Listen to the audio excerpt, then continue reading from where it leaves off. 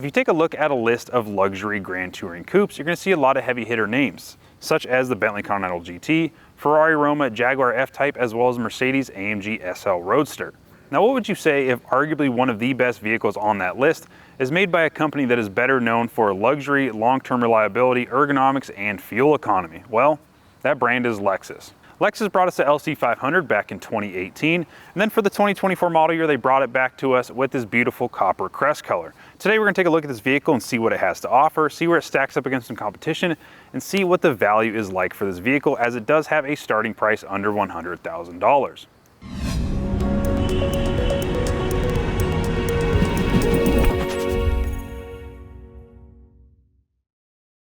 If we look at the 2024 LC 500, not much has changed design-wise for the vehicle. There are some interior changes that we'll talk about here in a second, but in terms of the front-end design, not much has changed. We do have this spindle grille that Lexus is well known for.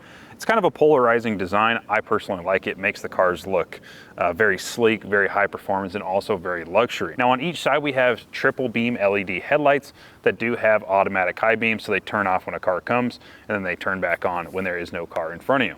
Like I mentioned, overall design for the LC 500 hasn't changed much since 2018, but it is a very timeless design, and I do think this vehicle will hold its design cues very well throughout the coming years.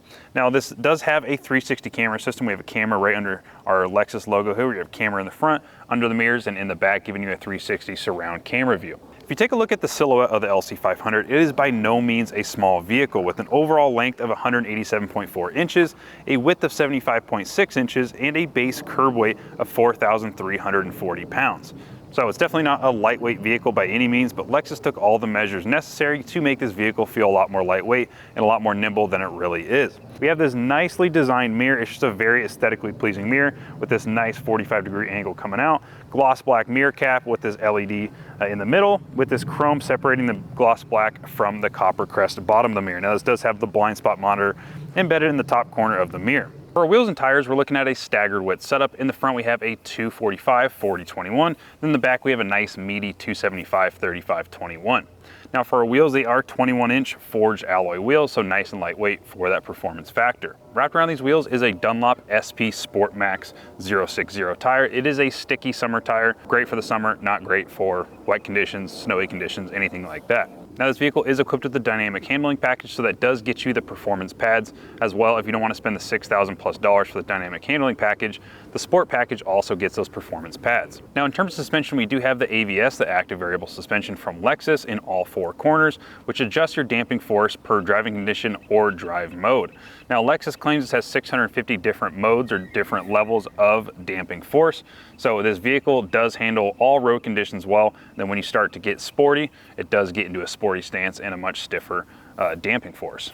Another thing that makes this vehicle handle great is the fact that it has a rear performance damper. Part of the sport or the dynamic handling package, Yamaha has handed Lexus a strut to put into the rear of the vehicle, and what it does is it absorbs minute vibrations and imperfections in the road when you are cornering or going in a straight line, and makes this vehicle just feel a lot more planted. As well, as part of the dynamic handling package, you get active rear steer. Taking a look at the rear design of the LC 500, one thing I want to talk about first is the LED taillights. And now these are what Lexus calls the LED dimensional taillights, and they designed these to emulate the afterburner of a fighter jet. And they said in order to achieve this, they had to use over 80 LEDs per taillight. Now this looks incredible during the day, but even at night, it looks that much better.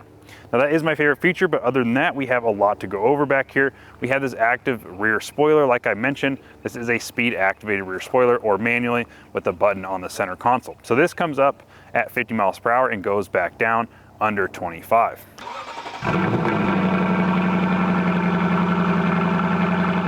Under the hood, you're going to find a 2UR GSE motor code, or a 5-liter V8. Now this 5-liter V8 has been around with Lexus since 2007 with the introduction of the ISF, but that had a little bit less horsepower. Yamaha and Lexus, who co-produced this motor, have revised it over the years to create more horsepower. Now Yamaha has high flow heads and some intake goodies on here to make it sound the way it sounds.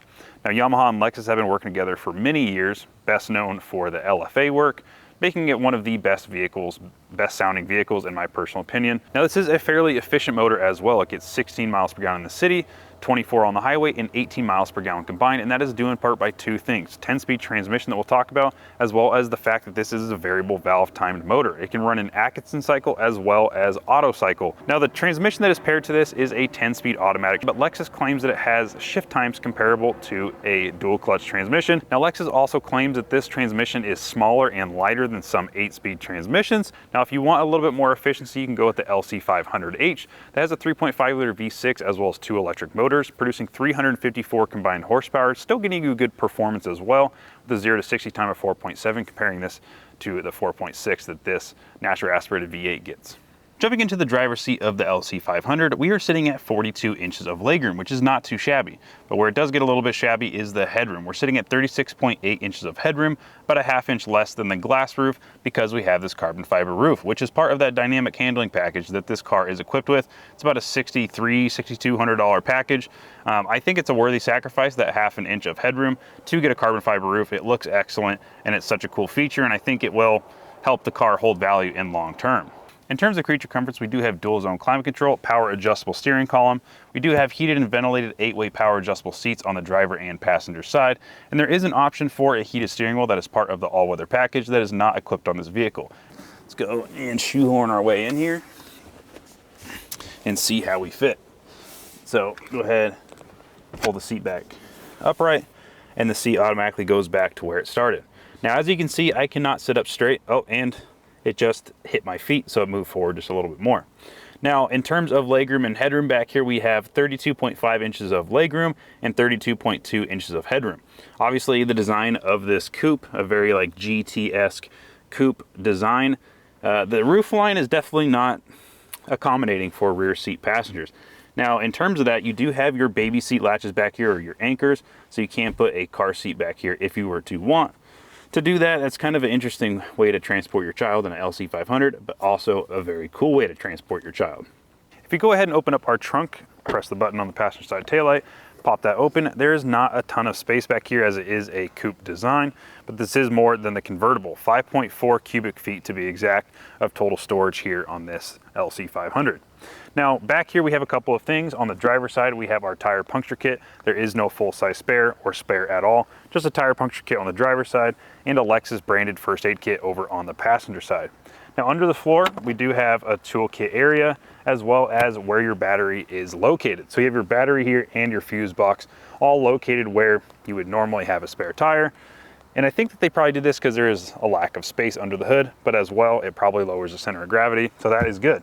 Now, in terms of interior colors for the LC500, you have 3 different options. You have your black leather, toasted caramel, as well as Rioja red. Now, the Rioja red is only available on certain colors. It is not available on this copper crest. Your only options for this paint color is black leather or toasted caramel. Now, in terms of packaging, you can get Alcantara inserts that's part of your sport package, or you can bump up to the more expensive dynamic handling package. You get lots of goodies in terms of the dynamic handling package, but interior wise, you get the sport package included, so you get the inserts, the Alcantara inserts, as well as Alcantara headliner. Another option that we have equipped on this vehicle is a premium sound system. This is a 13-speaker, 915-watt Mark Levinson premium sound system. That is a $1,220 option that you can equip when you go ahead and spec your car out online or at the dealership. I think it is well worth your money to get this Mark Levinson sound system. Fun fact about it, I have a 2006 Lexus GX 470 that has the premium sound system by Mark Levinson, and it is fantastic back then, still holds up to today. And then this 13 speaker system that's in this LC500 is fantastic. Go ahead and just spend the extra money. You're already spending $100,000. Go ahead and rack on a couple more bucks. The main thing I like about the LC500 interior, it is very simple. Lexus is known for having a very simplistic, ergonomical designed interior, and they carry that on through the 2024 LC500, and even more so now that they have this new 12.3-inch touchscreen display running Apple CarPlay, Android Auto, as well as the Lexus interface. It's touchscreen. You no longer have this crazy little Lexus touchpad that you had down here. And this was like one of the original reasons why they put this nice little palm rest here. Go ahead and rest your palm on there so you can go ahead and use that touchpad. That's no longer for 2024. Thank goodness. Now, in place of that, we have a volume knob, a track seek knob, as well as a tune knob on the side of your volume up and down. And then we have a button on the back side of that for your heated seat control. Press that, brings up a menu on the screen. And then in front of that, you have your camera view. Press that, it brings up your camera options so you can take a look at your 360 camera. If you take a look at the driver's side door card, you can see that Lexus went all out with the interior design.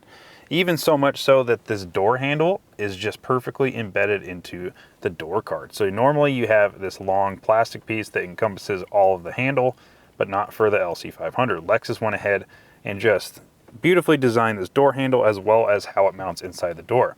It mounts inside this Alcantara insert that flows all the way down to the armrest. Now up on the dashboard of the passenger side, you have 2 vents as well as a third one in that top corner.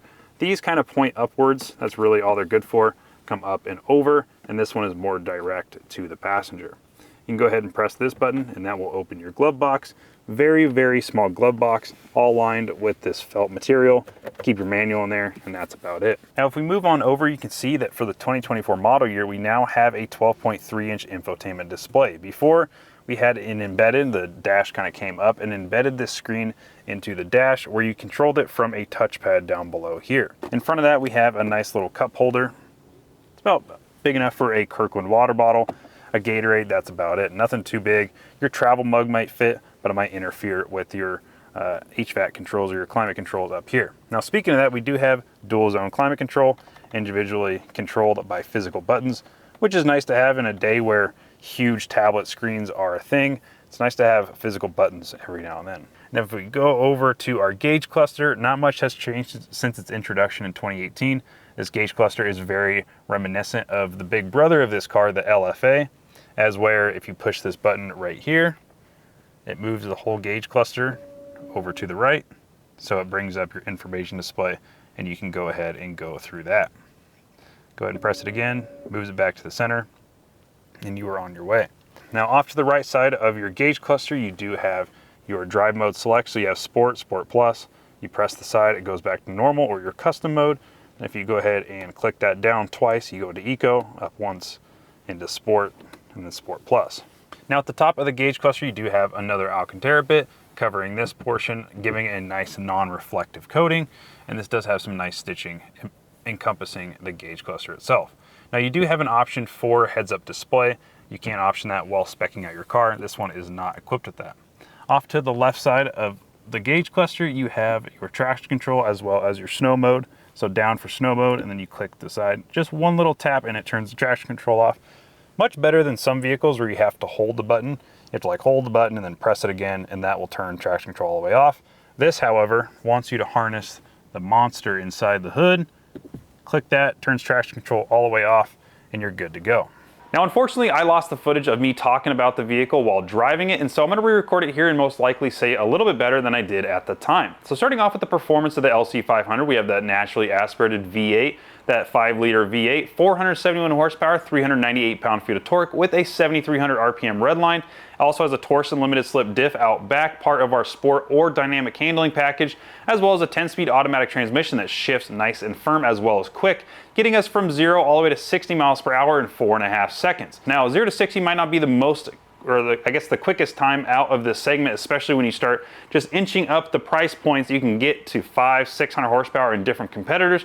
But I would say that this 470 horsepower is a perfect number for an everyday driver, and that's exactly what this vehicle is trying to accomplish: luxury while keeping sporty aspects in a vehicle. Now when you get to 60 miles per hour, you got to slow down at one point, and our 60 to 0 test got us 105 feet to come to a complete stop. Now stopping a 4,300 pound vehicle is not an easy task, but Lexus is up to it by putting a nearly 16-inch rotor in the front with 6 piston calipers and a 14-inch rotor out back with 4 piston calipers, and those are 2-piece rotors. Now if you plan on driving this vehicle every day, you're going to want to know how the brakes feel in just an everyday driving situation, and they feel excellent. Now what I will say is they don't make a lot of noise, but they do generate a lot of brake dust, as they do have those performance pads, part of our dynamic handling package. You get performance pads and they generate a massive amount of brake dust, but luckily they do not squeal because these are not carbon ceramics and these are not track pads. Now the handling is improved by that dynamic handling package, and everything plays a part in terms of making this vehicle feel sporty but also luxurious, and that's where it comes into terms for the ride quality. Now, everything I mentioned plays an important role into how the vehicle handles, but it also plays a major role into how the vehicle rides. Now, the overall ride quality in the LC500 is excellent, and I think Lexus really knocked it out of the park to give you the best of both worlds, the sportiness and luxuriousness that you're going to want out of a $100,000 vehicle. It does feel a little bit stiff and sporty at times, but one thing I will point out is it does not feel harsh. And that is an important distinction because harshness is sometimes correlated with sports tuned suspension. To give you that stiffness to perform around corners, it is kind of a trade-off in some vehicles for the overall ride quality, but not in the LC500. You find the best of both worlds here thanks to that active variable suspension. Now, the ride quality was excellent, but the interior cabin noise is probably one of the most impressive things about the LC500 because at times it really did feel like you were in a large luxury vehicle, but you kind of forgot about how much it performs until you step in that accelerator pedal and you hear that active exhaust open up, you hear that 5-liter scream out the back. It actually, Lexus does pipe in sound from the engine bay through the firewall, so you hear a lot of induction noise as well as that exhaust out back, and so it's just a sweet symphony up to that 7,300 RPM red line when you want it to, or you dial it back and you just cruise at 60-70 miles per hour, get that 19 miles per gallon combined, and you just have a nice luxury vehicle, giving you the best of both worlds, like I mentioned, for that $100,000 plus price tag. Now, one thing I will mention is that the LC500 was equipped with a high performance summer tire, something that you want in a 500 horsepower rear wheel drive vehicle, but unfortunately it does play a part into some interior cabin noise that we had while driving this vehicle. You can hear the humming or the whirling of those summer performance tires when you are on a certain type of road, but that was not in all driving conditions, so that is just a caveat that I will throw out there. Now, in terms of fuel economy, this vehicle does get 19 miles per gallon combined, so it's actually pretty economical at the end of the day if you can keep your foot out of it. Of course, I did not. I could not keep my foot out of it, all under the speed limit, of course, but that active exhaust and that 5-liter V8 Symphony, it is just so hard to keep your foot out of it, and if you get to drive this vehicle one day, you will understand exactly what I'm talking about. But 19 miles per gallon, if you just reserve yourself 19 miles per gallon combined, or 25 on the highway. But how does this vehicle compare to some competitors that are comparable to what we have here in the LC500? So let's jump into that and take a look. Now, when looking at comparable vehicles to the LC500 in this luxury coupe segment, there are a lot of vehicles to choose from and also a lot more money to be spent. But some comparable vehicles here in this $100,000, $120,000 range, in that range right there, with similar horsepower, I'm choosing the Jaguar F-Type, the BMW 8 Series, as well as the AMG SL Roadster. Now let's talk about the specifics of these vehicles and how they stack up against the LC500. So the trim level that is going to be most comparable in the Jaguar F-Type is going to be the R. That is a supercharged 5-liter V8, giving you 575 horsepower and 516 pound-feet of torque, 0 to 60 in 3.5 seconds. You're going to get 18 miles per gallon combined, and starting price on that is going to be $114,375, and you're going to look anywhere past $130,000 if you option everything that you can while equipping the vehicle. Now, in my personal opinion, the Jaguar is the least attractive vehicle out of these three comparisons, and so styling for the LC500 versus the F-Type is definitely going to go LC500. I do think the Jaguar has a little bit better technology, as it does have a fully digital instrument cluster, so that has a one-up on the LC500. Comfort and size are fairly comparable in terms of interior space. The Jaguar does have a little bit bigger of a trunk, and so if you're looking for trunk space, the F-Type will be an option for you. Driving dynamics, I can't necessarily say exactly because I have not been behind the wheel of the F-Type, the 8 Series, or the SL Roadster, so I'm going to hold my comments there, but I would say that every one of these options is going to be a very well executed handling package, as we are talking about some higher end trims of these vehicles, and so they are going to handle nicely and probably comparable to the LC500, if not better. Now, for the BMW comparison, we're going to be looking at the M850i xDrive Coupe, so it will be all-wheel drive rather than the rear-wheel drive that we have in the LC, and it has quite a bit more horsepower. It is propelled by a 4.4-liter twin-turbo V8 with 523 horsepower and 553 pound-feet of torque. That gets this car from 0 to 60 miles per hour in 3.6 seconds. That's paired to an 8-speed automatic transmission that is pretty efficient, so it gets you 19 miles per gallon combined, same that we find in the LC. Now, its starting price is a little bit higher than the LC500 at $106,300, and it maxes out around $130,000, $131,000 with all optional packages and accessories that are installed at the factory. Now, in terms of styling, I think the BMW takes it just by a hair from the LC500 in my personal opinion, so I would say the BMW looks just a tad bit better in overall design. Technology is also going to be a little bit better, as it does have a heads-up display and a digital gauge cluster that is standard in that vehicle. Now comfort, the BMW is going to take it as well, as it does have a larger trunk as well as larger interior space. It's more of a 4-person vehicle than the LC500 is, even though the LC does have 4 seats. Now again, driving dynamics, I have not been behind the wheel of the BMW, so I'm going to leave that in terms, just a question mark in this sense, because I can't say which handles better. But again, the BMW is going to have very high-end suspension at that $100,000 price point, so I would say that it's probably going to handle a little bit better, if not much better, than the LC500, as it is also all-wheel drive.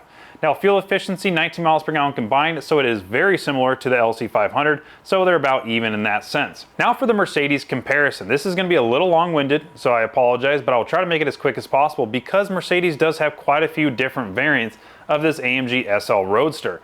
So starting off, the SL43 is going to be the most comparable in price, but not horsepower. And then we'll talk about the SL55 that is more comparable in horsepower and not price. So starting off with the SL43, we're looking at a 2-liter turbocharged 4-cylinder with hybrid assistance, getting you 375 horsepower and 354 pound-feet of torque. Very similar 0 to 60 time at 4.8 seconds. Paired to a 9-speed automatic transmission, it's pretty efficient at 23 miles per gallon combined, so it definitely takes the cake in terms of fuel efficiency. It does have quite a bit higher starting price than the LC500 at $111,800, so it's not a cheap starting price, but it will have a max out of around $135,000, similar to what the other vehicles that we're comparing the LC500 against have as well. Now for the SL43 Roadster, in terms of styling, I think the LC500 is light years better in terms of styling because it is more timeless, more unique, and sets itself apart from other vehicles on the road more so than the SL Roadster does. I think the SL Roadster feels like just a shrunken down AMG GT, and it looks very similar to other vehicles in the AMG or the Mercedes lineup, and so for that, the Lexus definitely takes the styling cues. Now for technology, that's where the SL does beat out the LC just a little bit, because Lexus went for more of a timeless design interior and exterior, while the SL Roadster went for more of a technology-filled interior, and so that is going to outshine the LC in that sense. Now comfort and size, the Lexus is going to be a little bit better. The Lexus does have more width interior-wise, and so it will feel a little bit more spacious, especially if you have broader shoulders. It'll feel a little bit wider, a little bit more airy inside than it will in the SL Roadster, but the SL Roadster does have more trunk space, even though it's a convertible, so it does have more trunk space than the LC. Each one of these options does have very nice suspension, as it is a higher end or an AMG or an M series, whatever it may be. Everything is going to be fairly comparable, but without them side by side, I can't say what drives better. Now, in terms of economy, this definitely outshines both the BMW, the Jaguar, and the Lexus LC500 with 23 miles per gallon combined. So of course, that wins out in this competition. Now, as mentioned, the SL43 is more of a comparison in terms of pricing than it is horsepower. If you wanted the similar horsepower, you're going to have to jump up to the more expensive SL55 that jumps to a 4-liter twin-turbo V8, giving you 469 horsepower and 516 pound-feet of torque. Again, still rear-wheel drive, getting you from 0 to 60 in 3.8 seconds, 9-speed automatic transmission, and the least economy out of the lineup in terms of the comparisons, and the LC500 at 16 miles per gallon combined, as well as having one of the most expensive starting prices at $144,000, and of course that'll quickly go up depending on what trim levels or what packages you equip to the vehicle at time of purchase.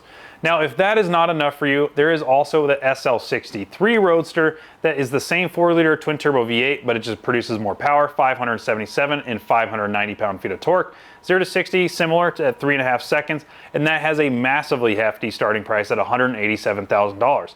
And that is not it. Mercedes just keeps on going and giving us more performance. If you don't want to spend $110,000 on a Lexus, I get that. But if you just want to spend, let's say you won the lottery, or you just sold a tech company, whatever it may be, and you want to spend all your money in one place, well, Mercedes might have just the option for you. Eventually, the SL63E Performance is coming along, and it will have over 1,000 pound-feet of torque, and I would assume a well over $200,000 starting price, as the price is still yet to be determined. So for that, the SL has a lot of different variants in terms of horsepower and pricing, but I would say the one that stacks up best against the LC500 is going to be the SL43. But let me know down in the comments what you guys would choose: F-Type R, M850i X-Drive Coupe, or an SL43 or 55 Roadster. Let me know down in the comments what you guys think. If you had $100,000, or if you do have $100,000 to spend on a vehicle, which vehicle are you going to buy, whether or not it's within this realm of the BMW, Jaguar, or Mercedes. That is going to be my time for this video. Thank you guys so much for watching, and until next time, my name is Nick with Auto Buyer's Guide. I will see you guys then.